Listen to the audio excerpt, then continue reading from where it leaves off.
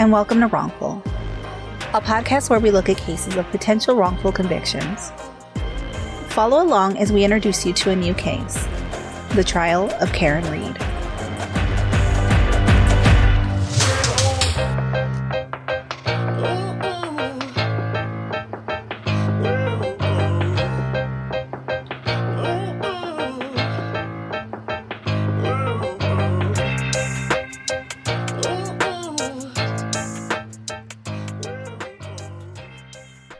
The goal of our podcast is to bring you cases of potential wrongful convictions. But today, we have something a little different. A trial currently unfolding has captured the nation's attention with its dramatic twists and turns, and even as it enters its 7th week, it's far from over. Although there hasn't been a conviction yet, we felt compelled to discuss it now due to the questionable antics displayed during the trial. This episode is about the case against Karen Reed. While many content creators have covered this case extensively, our aim here is not to reinvent the wheel. Instead, we want to provide an overview for those of you who might be new to the case or haven't had a chance to follow it closely. It can be overwhelming to jump into such a complex situation without a starting point, so we put together a summary of what we've learned from the trial so far. So instead of waiting to see what happens at the end, join us as we explore this story together before the verdict. Welcome to Wrongful, Karen Reed. Murder or cover-up. This case begins on January 29, 2022 at 34 Fairview Road, when the body of Boston police officer John O'Keefe was found on the lawn of fellow Boston police officer Brian Albert. The 41-year-old Mansfield woman is accused of hitting her boyfriend, Boston police officer John O'Keefe, when she backed up and then took off from a Canton home. Prosecutors say Officer O'Keefe, a 16-year veteran of the force, was found the morning of the blizzard with several injuries and, according to court documents, cold to the touch. According to those court documents, the couple had been drinking, hanging out with friends at 2 bars in Canton. Reed told investigators she dropped Officer O'Keefe off at a Canton house, making a 3-point turn before heading home. 5 hours later, Reed says she called her friends because she was worried about O'Keefe, and they went out looking for him, finding him outside the Canton home, covered in snow. The state alleged that John was killed by his girlfriend Karen Reed, who backed into him with her Lexus SUV and left his body to freeze in the cold. They claim that despite being invited to the home, John never entered the house that night after a night out. However, Karen Reed presented a different story. She alleged that John O'Keefe was actually killed by people inside the Alberts home at 34 Fairview that night, and that he was left outside on the front lawn. According to her, the subsequent events were an attempt to cover up what had happened by framing her, doctoring evidence, and allowing her to take the fall. This case has drawn attention from people all over the world. The idea of a conspiracy to frame an innocent woman was first reported by Aidan Kearney of Turtle Boy Daily News. Since then, a movement of Karen Reed supporters has emerged. But the case isn't so cut and dry. There are 2 camps who both hold opposing theories as to what happened on January 29th of 2022. Here is what we know based on what has been testified to in trial so far. And let's keep in mind, only the prosecution has presented their side. Not many opening statements start with the bold claim that their client is being framed, but that is exactly what happened in this case. Karen Reed was framed. Her car never struck John O'Keefe. She did not cause his death, and that means that somebody else did. You will learn that it was no accident that John O'Keefe was found dead on the front lawn of 34 Fairview Road in Canton on January 29th of 2022. You will learn that at that address lived a well-known and well-connected law enforcement family in Canton, the Alberts. Because the Alberts were involved, and because they had close connections to the investigators in this case, Karen Reed was framed for a murder she did not commit. It's a striking claim, one that required substantial evidence to support, and we weren't disappointed. This case gave us something that the Zachariah Anderson case did not: a third-party culprit defense, essentially arguing, I didn't do it, and here's the evidence of who did. If you haven't heard of the Zachariah Anderson trial, we encourage you to listen to our first 6 episodes. In that case, the defense was prohibited from making accusations or presenting evidence of a third-party culprit without the judge's approval, which was denied. Many people believe this significantly contributed to his wrongful conviction. However, in the Karen Read case, the third-party defense has been central to the defense's strategy. Throughout much of the prosecution's case so far, they often seem to be on the defensive, while the defense appeared to be taking on the role of the prosecutor. But before we dive into the evidence, let's talk about what this case involves. John O'Keefe and Karen Read began dating in 2020, having reconnected during the COVID-19 pandemic after previously dating in the past. Karen holds a PhD in finance and worked as a finance lecturer at Bentley University and as an equity analyst at Fidelity Investments. John, a 46-year-old officer with the Boston Police Department, was a 16-year veteran living in Canton, Massachusetts. John's life would dramatically change in 2013 when his sister and brother-in-law passed away, leading him to adopt his niece and nephew and become an acting single father. This occurred before he reconnected with Karen, but once they resumed their relationship, she became actively involved in helping care for the children. Although Karen owned her own home, she stayed at John's residence and assisted with the children's care. She worked from home and supervised them during remote learning while John was at work. John's niece and nephew, whose testimonies were not broadcast due to their age, testified that while John and Karen would argue, their fights never turned violent. The descriptions of their arguments seem like typical issues that most couples face. Otherwise, Karen and John seemed happy for the most part and were actively planning future vacations together leading up to the night of January 28th. For the most part, their relationship seemed typical, although there were some challenges, as can happen in any relationship, especially one involving the care of children. Here is John's brother Paul testifying about any issues he knew between John and Karen. He didn't say too much. If they were arguing, he might give reference that they were arguing, didn't really tell me what they were arguing about, but mostly kept that stuff to himself. What, if anything, did he mention to you as far as reasons for an argument or sort of points of contention? He didn't like, if she would spend a lot of money on the kids for gifts or, I know there was some arguments over what she fed them, whether it's, Dunkin' Donuts or whatnot, but it was things along those lines. Honestly, these sound like really trivial things. If the biggest issue you have with a step-parent and the kids in a relationship is that she's spoiling them and buying them Dunkin' Donuts, I don't think you're doing too bad. There was one argument between John and Karen that was brought up during trial. This fight occurred on New Year's Eve in Aruba after a night of drinking. Here's a clip from Karen's Nightline interview where she describes the incident. We had an argument on New Year's Eve. We were away on vacation, and he became incoherently drunk. And I ended up ringing in the new year with his niece and nephew. John didn't come back to our room till after 3 a.m. So that was rough. I felt very much taken advantage of. Later that night, John was seen by Karen talking to another woman who was on the trip with them. Karen became upset by what she saw and confronted them, leading to a heated exchange. The fight was resolved and Karen apologized to the woman.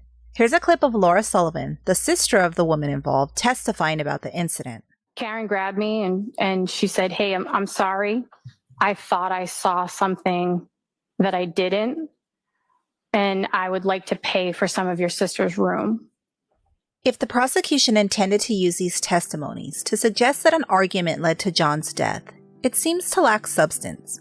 There's no history of violence or abnormal conflict in their relationship. This backstory doesn't appear relevant to the case at hand. Just because they had a fight a month earlier doesn't provide a motive for Karen to run him over with her car. If Karen were a violent person, it would have made more sense for her to have hurt him in Aruba after seeing him with another woman. This testimony does just not suggest any motive on Karen's part. Karen's defense alleged that other people were the likely killers of John and that the police never investigated them. These people were all in the home on 34 Fairview that night.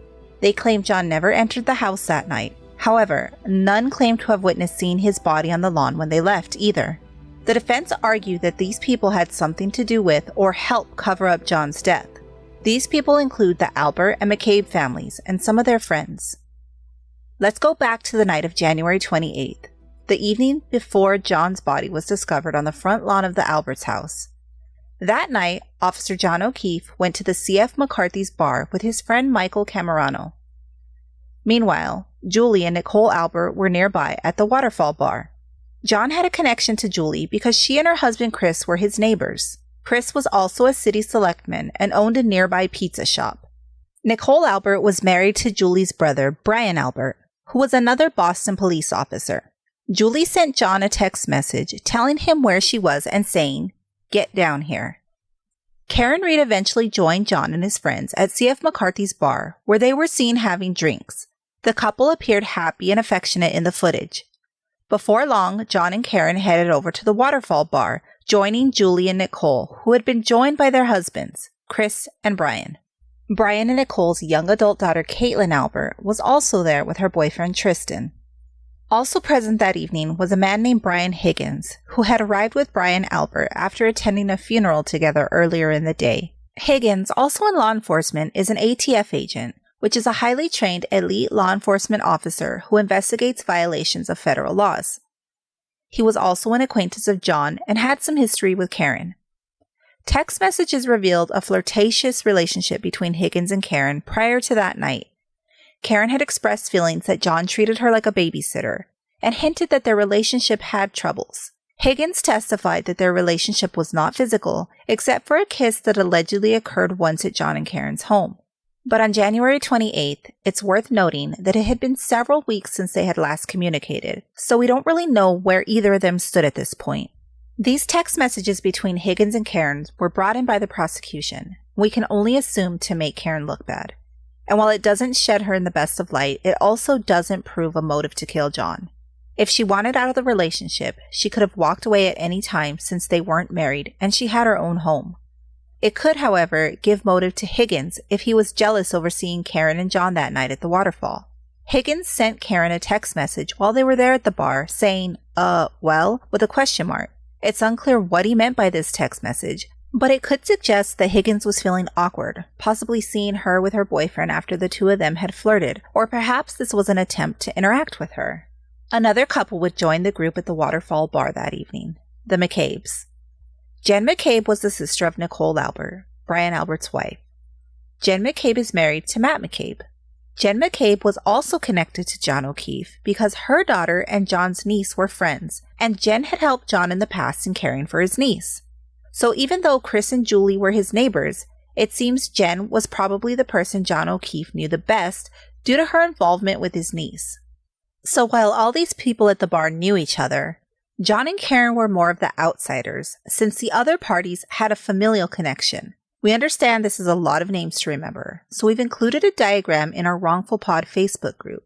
Everyone agrees that the night at the waterfall was a fun time, and this can be seen from the surveillance cameras that night. As the night drew to a close, an open invitation was put out to go to Brian Albert's house on 34 Fairview to continue the fun and to celebrate his young adult son Brian Jr.'s birthday. Brian Jr. was already at home with a few friends, including his cousin Colin, who is the son of Chris and Julie Albert. Colin lived with his parents, making him John's neighbor as well. Karen Reed supporters have claimed that Colin and John did not get along very well due to an incident where Colin threw beer cans into John's yard. We don't have many details on this incident. Also at Brian Jr.'s party were two girls named Julie Nagel and Sarah Levinson. The group at the waterfall planned to go over and join the celebration. However, Julie Albert had a headache, so she and Chris decided to go home. Shortly after midnight, the remaining party would leave the Waterfall Bar and make their way to the Albert home on 34 Fairview, which is about a 5-minute drive. It's important to mention that there was a snowstorm coming that night. As the guests were making their way to the Albert home, snow had just started falling. John O'Keefe had never been to Brian Albert's house before, so he texted Jen McCabe where to. Jen in turn called him to give him directions to the house. John and Karen were the last to arrive, and they arrived a few minutes after the others. John's phone would ping in the neighborhood around 12:19 a.m. We can then see John's Apple Health data show that he began taking steps and walked around 286 feet between the time of 12:21 and 12:24. We don't know exactly what these steps were. Remember, the people that were inside that night claimed John never entered the home. But how else would these steps show up? He couldn't have been taking steps if he had stayed in the car with Karen. Was this him walking into the house? There's a big question mark around these steps, and we don't know for sure how exactly they occurred. Karen says that she did not plan to go into the house that night, but was just going to drop John off. In the following interview with Nightline, Karen tells her version of what happened. I pull at the foot of the driveway. It's snowing. John has no coat on. It's windy. So I drop him off. He goes up the driveway and approaches the side door. And as I see him approach the door, I look down at my phone. Reed says after about 10 minutes of waiting in her car, she became irritated that O'Keefe still hadn't gotten in touch with her. And she drove back to his home where she continued calling him before, she says, she fell asleep around 1:30 in the morning. There was a witness who saw Karen parked out in front of the Alberts' house, Ryan Nagel, whose sister Julie had texted him to give her a ride home from the party that evening. He testified that he arrived somewhere around 12:15 and was parked directly behind Karen's black Lexus on the street in front of 34 Fairview. While he was waiting, his sister Julie came out to tell him that she had changed her mind and wanted to stay longer and that the McCabe's would be giving her a ride home. Here's Ryan's testimony about what he saw during that time. So with regard to the truck that you're in, Yes. is it the driver's side, the passenger side, or something else that's facing the house? Oh, passenger side. So my side. So your side and the passenger side facing the house. Yes, sir. And where did Ricky stop the truck in relation to the house? Right in front of the driveway. And when you stop in front of the driveway, about how far away from you is the black SUV? Probably a car length in front of me, a car length and a half in front of me. And at any point in time that you were there in front of the house, did you observe anybody get out of that truck? I mean, get out of the SUV? No, sir, I did not. And about how long was it between the time that Ricky parks in front of the driveway and the time that your sister comes out? Probably about 2 minutes. And at this time, when you're in front of the house on Fairview, what was the weather doing at that point? It just started to snow, sir. And as far as accumulation on the road or the grass or anything, did you see anything like that? Very little. Wasn't too much on the ground yet. And as far as when your sister was walking down from the house to the truck, did you see anything as far as like footprints in the snow or anything like that? No, I was not really looking for that. So not anything you noticed? No, sir. As far as any of the other lights or any other part of the vehicle, what, if any, damage did you observe on the vehicle at that time? I did not observe. It was dark out. And as far as when the vehicle moved up from one position to the next position, what, if anything, did you observe in the roadway as far as tire marks in the snow or anything like that? I didn't really observe any other tracks in the snow besides the car in front of us. And as far as around the vehicle, at any point in time, did you observe anybody exit the vehicle or be outside of the vehicle or anything like that? No, sir. No, I did not. And did you see anybody go from the vehicle to the house? No, sir. And did you see any footprints in the snow or anything like that around the vehicle? No, mainly because obviously it was late at night and I wasn't really looking for any of that. And after she gets inside the house, what, if anything, did Ricky do with the truck? He pulled out to go around the SUV in front of us and then to go home. And as he's going by the dark SUV, what, if anything, did you observe with reference to that? I observed that there was a person inside the car with the interior light on. And that would be sort of a dome light, is that right? Correct, sir, yes. And you described the person that you saw. Where were they? First of all, where were they in the car? They're in the driver's seat. And the woman that you see in the driver's seat of the vehicle, could you see her lips moving as if she was talking or anything like that? No, I wasn't really paying attention to that. Now, as far as the other, what, if anything else, did you see, or who, if anyone else, did you see within the interior of the vehicle at that time? I only saw one person at the time. I wasn't really looking. It just happened to be like at a glance as we drove by. Ryan claims he didn't see anyone leave the SUV and enter the house, nor did he see any footprints on the floor. However, he admittedly wasn't really looking. This testimony can be interpreted two ways. He either didn't see John leave the SUV because John had already exited, or John hadn't left the vehicle yet. At 12:27 a.m., Jen texts John, "Here," with a question mark. She then calls him, and the call is shown to be answered and is 8 seconds long. This call is shown to be deleted from Jen's phone records. At 12:31, she texts, "Pull behind me." John's Apple Health data would show his last steps around this time. Jen then proceeds to text John. She also calls John 7 times, which show up as missed calls for John. These calls were all deleted from Jen's phone records. It's at this time that Jen McCabe claims she looked out and saw Karen's vehicle. But this timing doesn't fit with the timeline records. Jen claims she saw Karen there at 12:45, But we know that Karen Reed made it back to her and John's home before that, because at 12:41, she's heard on a voicemail closing the garage with her high heels clacking. Ironically, the footage from the Canton library that would have shown her driving home between 12:37 to 12:39 was missing from that time period. The defense filed a pretrial motion for this footage to be provided, but we have yet to learn what happened to it. This footage could be instrumental in showing if any damage had been sustained to Karen Reed's car, as alleged by the prosecution. But going back to the calls, why did Jen McCabe call John so many times? Is it because she didn't know where he was and was checking in? Or was it something else? Jen would testify in a pretrial hearing that these were all butt dials, but here she is being asked about this on cross-examination. With regard to the calls that were deleted from your phone, you were asked about this under oath at another proceeding, weren't you?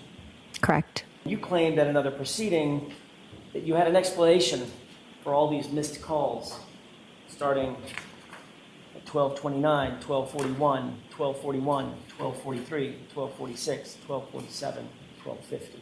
Mm-hmm. At this other proceeding, which you were under oath, Yes. right?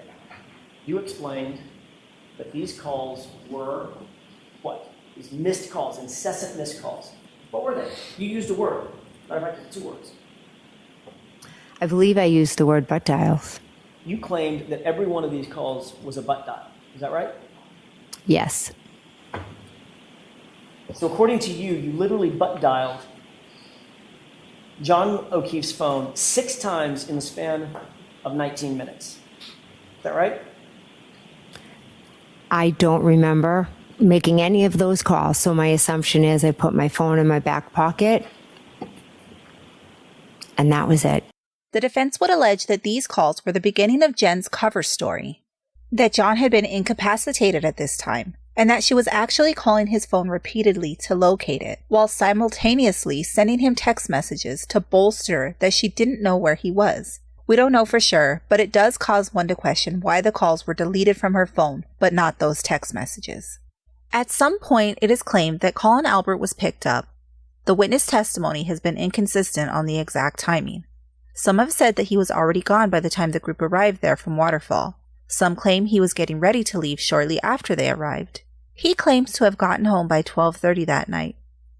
We anticipate hearing more information and evidence regarding Colin's footsteps that night, but it does seem that the prosecution is trying to paint a picture that he was not around when John would have arrived at 34 Fairview. Brian Higgins says that he left the party around 1:30 a.m. and went to the Canton police station to do some administrative work. He clarified during his testimony that he was going to move some vehicles around.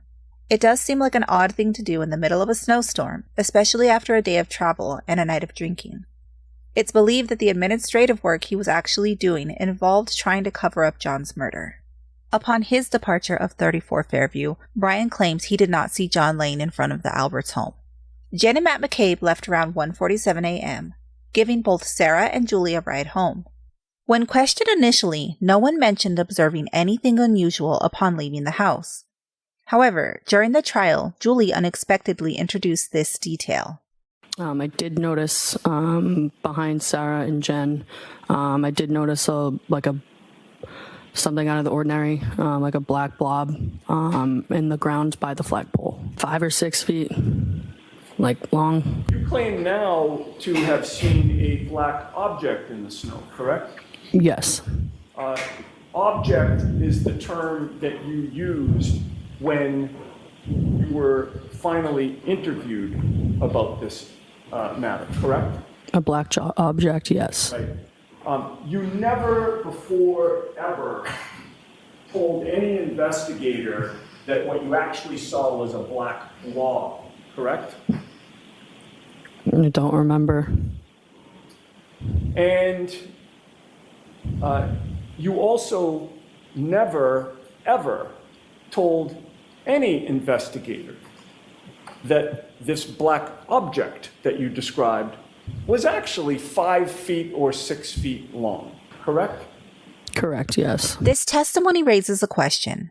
Why did she withhold this information until now? How does sighting a dark object transform into perceiving a 5 to 6 foot blob? And furthermore, despite the darkness at that hour, both the McCabe's and Brian Higgins would have passed by the location where John's body was later found, their headlights likely illuminating the area. Caitlin Albert departed the home mere minutes before John's supposed arrival. She was picked up by her boyfriend Tristan, and neither witnessed anything unusual. How is it possible that no one else noticed this object or a body? Could it be because the body wasn't there yet? Further questions would come from reviewing Jen McCabe's phone records from the night. You can see from her Apple Health data that nearly the entire time while at the Alberts' home, she seemed to be continuously moving around. Typically, when at a party, people are sitting down chatting, not taking continuous steps. We don't have an explanation from Jen regarding these movements. Jen's phone records get a little more dicey from here. When she arrives home at around 2:12 a.m., one might imagine she would be exhausted after a night of drinking. But she sends 2 text messages, deletes 2 screenshots, and appears to move around all night via her Apple Health data. I guess this can be explained by trouble sleeping. But the most questionable thing of all was a notorious search she made on her phone at 2:27 a.m. Haas long to die in cold. You'll notice that she made a typo when typing how and typed HOS instead. Now Jen will say that the Google search did not occur at this time, but instead in the early morning hours after John's body was found. Here is how she testified in trial. Did you, in fact, use a phrase to Google search how long it takes for someone to die of extreme temperatures? I did in the morning at the request of your client. Okay. And what phrase did you use? I'm not sure. Haas long to die in cold is what you put in to the Google search, right? If you say so. The prosecution will provide a Cellbrite expert that is expected to testify that the search wasn't necessarily made at that time, which would remove suspicion on why Jen would be searching something incriminating at the time. But the defense has an expert that will testify that the search was made at this time. It seems the case will come down to a battle of the experts. Personally, if the search is proven to have been made at 2:27 a.m. by Jen McCabe, I don't see how the prosecution can get around that. Why would she be searching how long to die in the cold hours before John's body would be found in the cold? There's another peculiar phone incident worth noting. At 2:22 a.m., there appears to be a call between Brian Albert and Brian Higgins. They attributed this call to a butt dial during sleep. It seems like there's a lot of butt dials happening in this case, as Jen had also claimed 7 missed calls to John were butt dials. But butt dials aren't that easy to make these days with current phone technology. Most people's phones are password protected or require a Face ID or PIN to open the phone function. So how did this butt dial happen? Another thing to point out, if you butt dial someone and the person doesn't pick up, the call should go to voicemail. It doesn't show that any of these alleged butt dials went to voicemail, which would mean the person would have had to manually end the call before. This is just really hard to believe. I could see maybe one butt dial you notice and end the call, but repeatedly end your accidental call 7 times? And how odd that both Brian and Jen have the same exact excuse. But if the call between Brian and Albert Higgins was not a butt dial, and if in fact it wasn't an accidental call, why would these 2 men be talking at 2 a.m.? Could it have been Higgins checking back in with Brian Albert after completing his admin work at Canton PD? Around the time of Jen's alleged Google search, a snowplow driver named Lucky claims while on his route he saw a Ford Edge parked in front of 34 Fairview, which is where the body would be found later that morning. This would be something noteworthy for him to remember, because if you know anything about plowing snow, having a vehicle parked in the street impairs your ability to plow, which would be memorable. We also know that 2 of the Alberts drove a Ford Edge. It's also important to point out that Lucky did not see a body laying in the front of 34 Fairview. At 4:30 a.m., John's niece was awoken by Karen. She was in a panic because John didn't come home. This was very out of character for John, so Karen immediately assumed the worst. When John didn't answer the phone, she reached out to Jen McCabe hoping Jen would have some answers. According to Jen, Karen couldn't remember dropping John off at the Alberts house, and her last memory with him was at the waterfall. Jen told Karen that she saw them arrive at Fairview, but that John never came inside the house. Karen immediately panicked and got into her car to go search for John.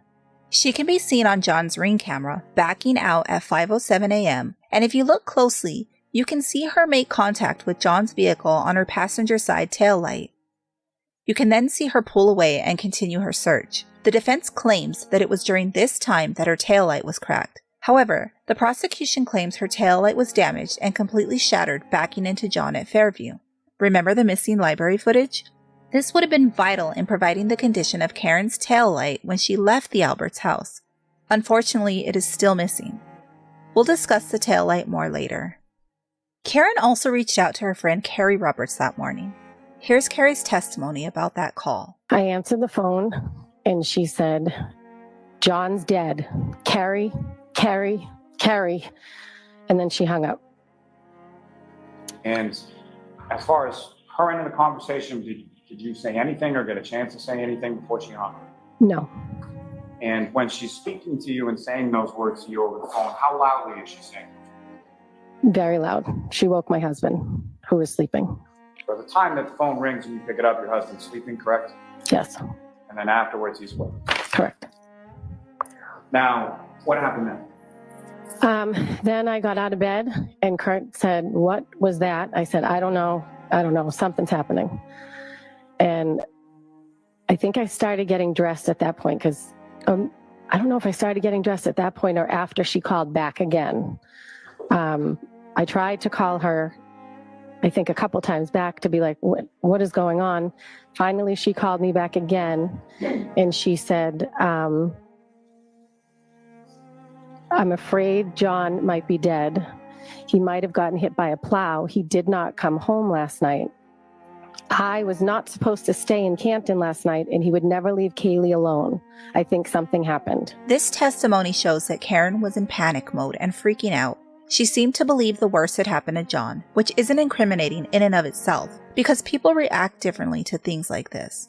However, those who believe Karen is guilty believe that she only knew that he was dead because she was the one that hit him.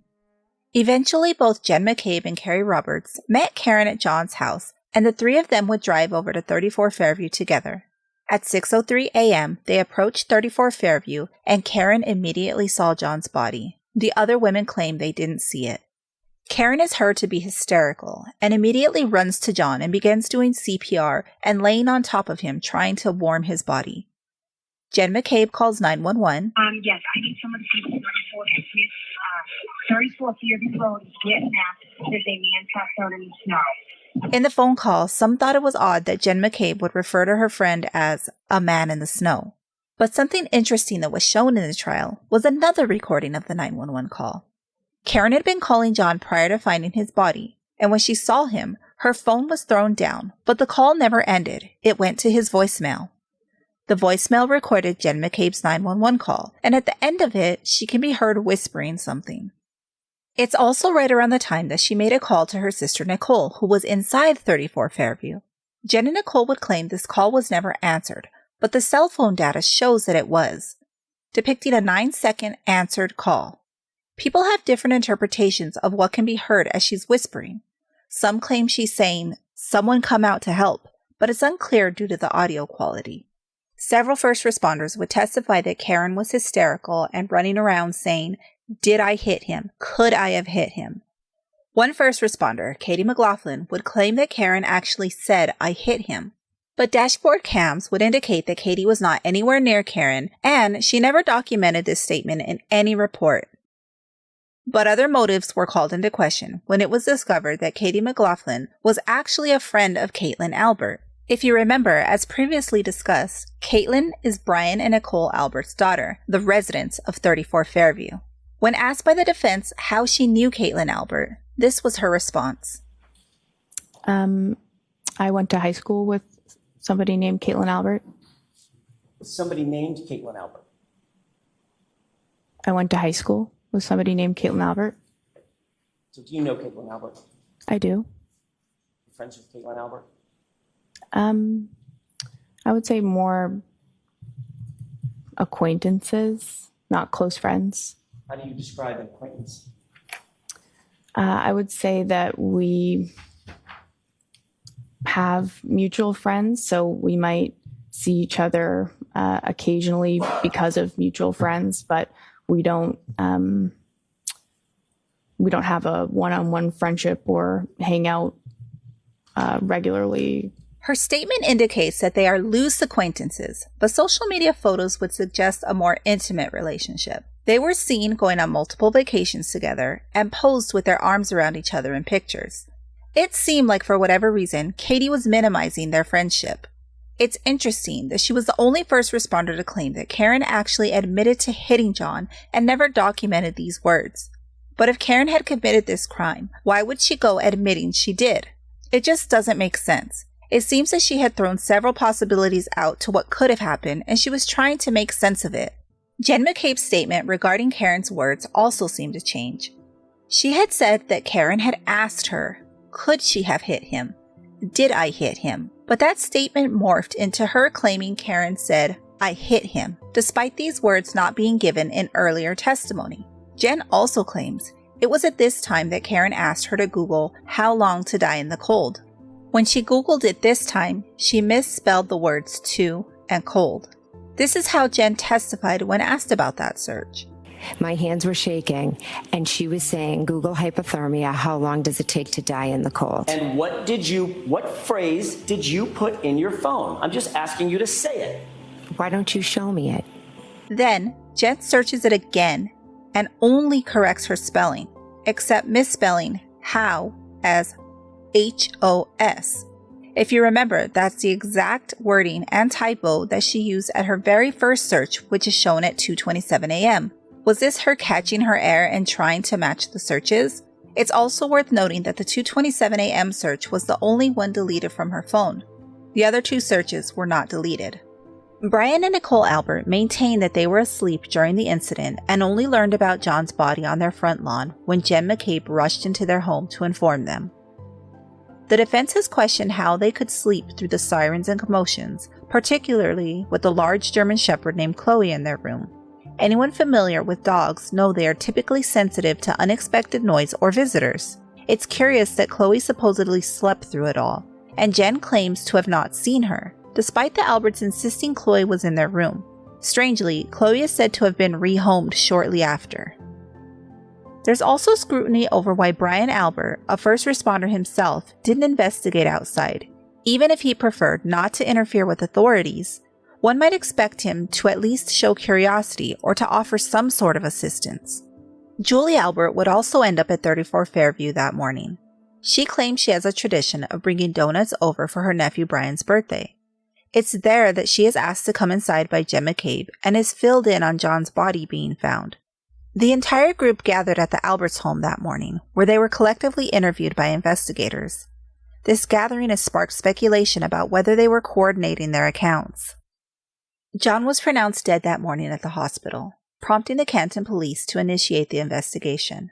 Due to an obvious conflict of interest involving the Canton PD, the case was transferred to the Massachusetts State Police under the direction of Trooper Michael Proctor. Interestingly, Trooper Proctor has personal connections to the Albert family. His sister Courtney's children were babysat by Julie Albert, and both Trooper Proctor and Colin Albert were members of Courtney's wedding party. A Facebook post even refers to the Albert family as the Proctor's second family. These relationships complicate matters, especially given accusations that Trooper Proctor mishandled evidence to implicate Karen Reed in the case. This investigation has raised numerous concerns, each deserving of a deep dive of their own. While we could do an episode on each of these topics, the purpose of this episode is to give you a brief overview. But we encourage you to look into each of these issues into more depth if you wish. There are some great content creators out there that have done excellent breakdowns on YouTube and on X. Let's take a look at the primary evidence the prosecution has used to implicate Karen. The first piece involves her rear taillight. Pieces of taillight were recovered from the scene where John's body was found. They allege her taillight broke when she hit him with her car. However, video footage of her vehicle after the supposed incident appears to show her taillight functioning. One of these videos was taken when police confiscated her vehicle. Ring footage from her father's house shows her Lexus SUV being loaded onto the tow truck with what seems to be her taillight still working. The defense argues that her taillight was never shattered but only cracked, offering a different explanation from the prosecution. In another Ring video, Karen can be seen backing out of John's garage before discovering his body when she went out early that morning to look for him. As she backs up, you can observe the back of her vehicle make contact with John's vehicle. This could explain how the taillight initially sustained damage. The defense asserts it was only cracked at the time. Trooper Proctor claims that when they took possession of her vehicle, her taillight was shattered in missing pieces, which was later found at the scene. Yet, the prosecution's own witness, Officer Nick Barros, gives conflicting testimony. And at some point, did you make any observations of the right rear part of that Lexus SUV? I did. And what, if anything, did you observe about that area of the vehicle? I saw that there was some damage to the right rear taillight.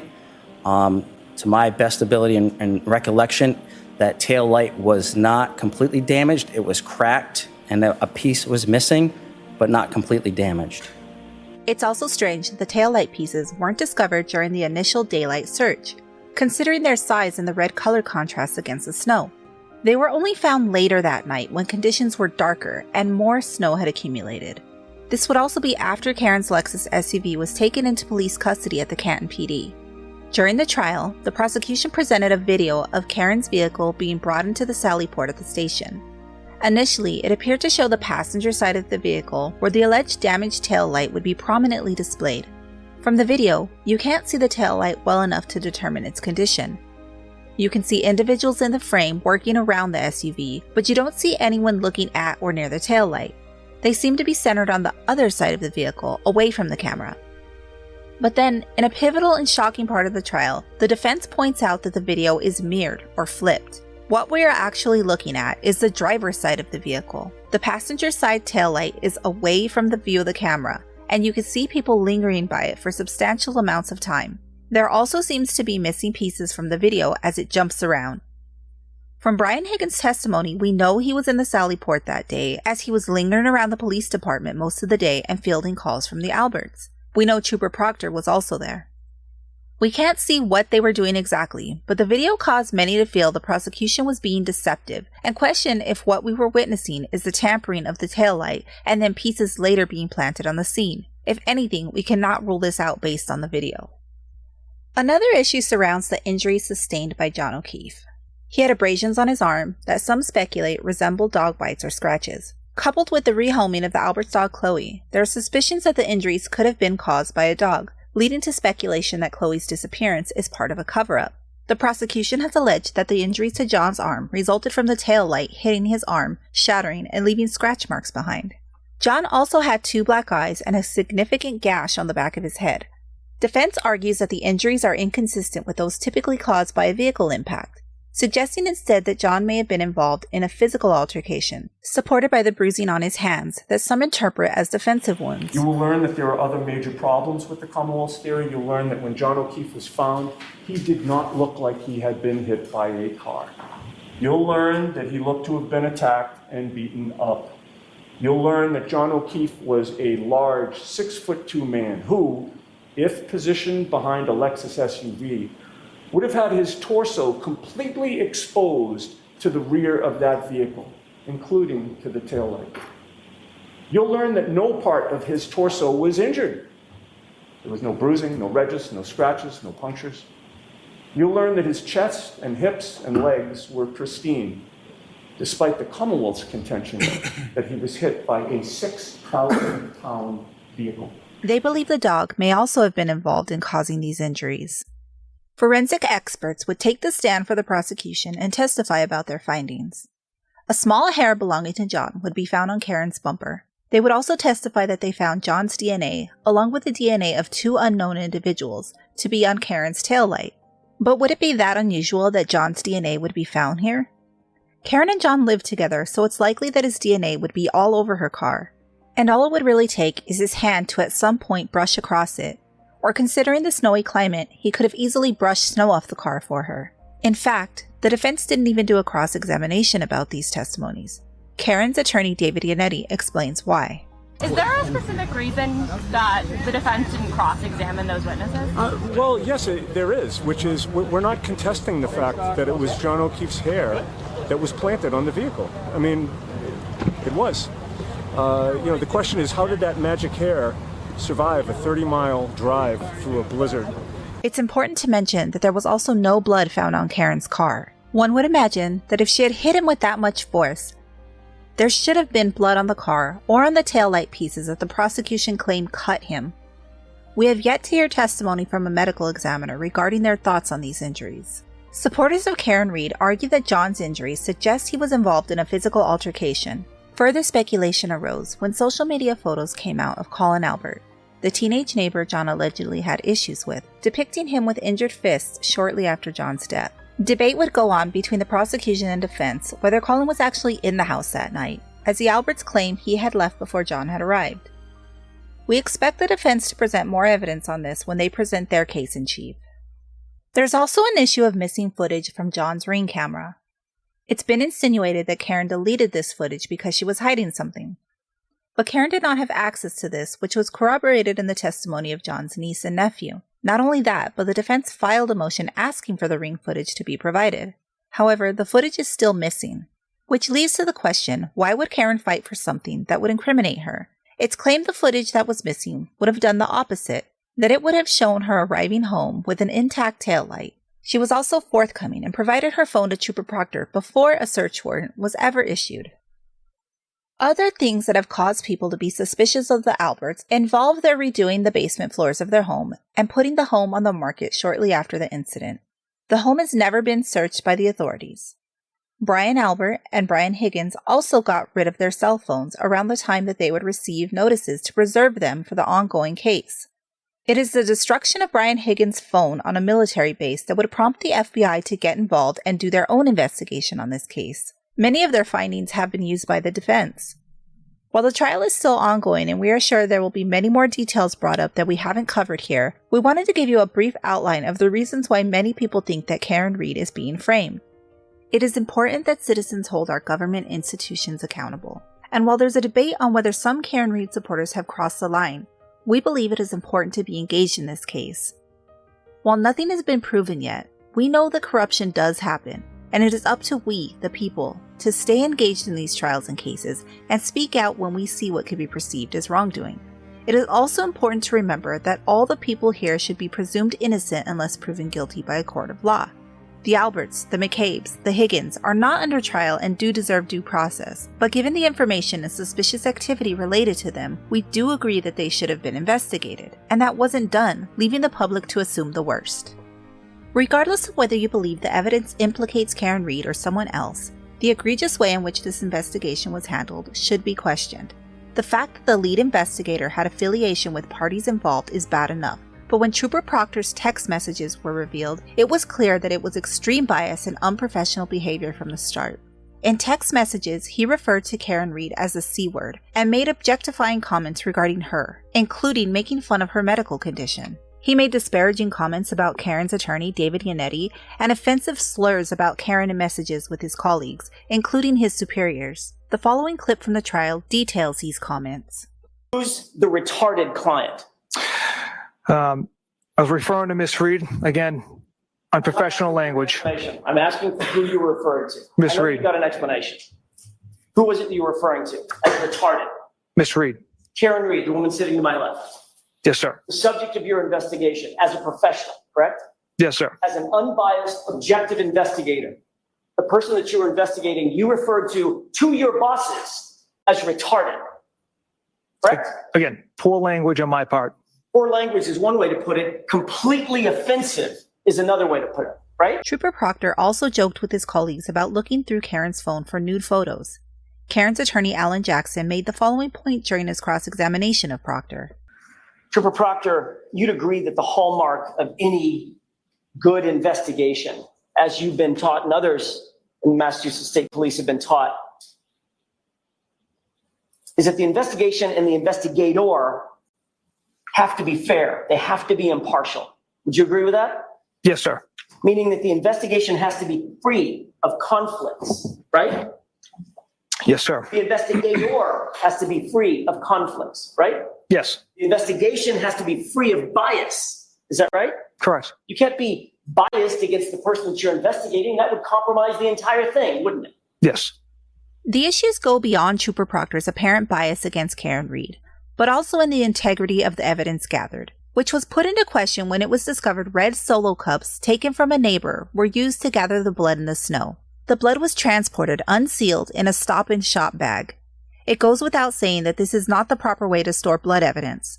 Furthermore, photos depicted John's discarded clothes on the floor of the hospital and not stored properly. Proctor also failed to search the Albert house, and the interviews with the Alberts and McKays were done together instead of separating the witnesses to prevent collusion. So what do Karen Reed supporters believe happened to John? Well, the specifics vary, but overall they believe that John entered the Albert house and a fight broke out, leaving John severely injured. All the actions taken after that were intended to cover up. Whether the murder was planned or an accident, whether they planned to blame Karen or if that scenario fell in their lap, the general consensus on the side is that the Albert and McCabe's covered up the death with the help of lead investigator and family friend Trooper Proctor. Many on the other side who believe Karen Reed is guilty can't fathom how a cover-up would be possible. Why would people risk their careers and even put themselves at risk for legal action to cover up for others? This is a good point. Believing that dozens of people are in on this does feel outlandish, but at the same time, it doesn't necessarily require dozens of people to cover up. One thing we have seen in our other coverage, namely the Zachariah Anderson case, is that when people believe someone is guilty, they may be more willing to fudge their testimony to ensure that the person gets convicted. In this case, maybe some of the people involved believed Karen definitely did this to a police officer. Maybe they were worried the lack of evidence would allow her to get away with it, so they made decisions to try to ensure a conviction of someone they believed was guilty.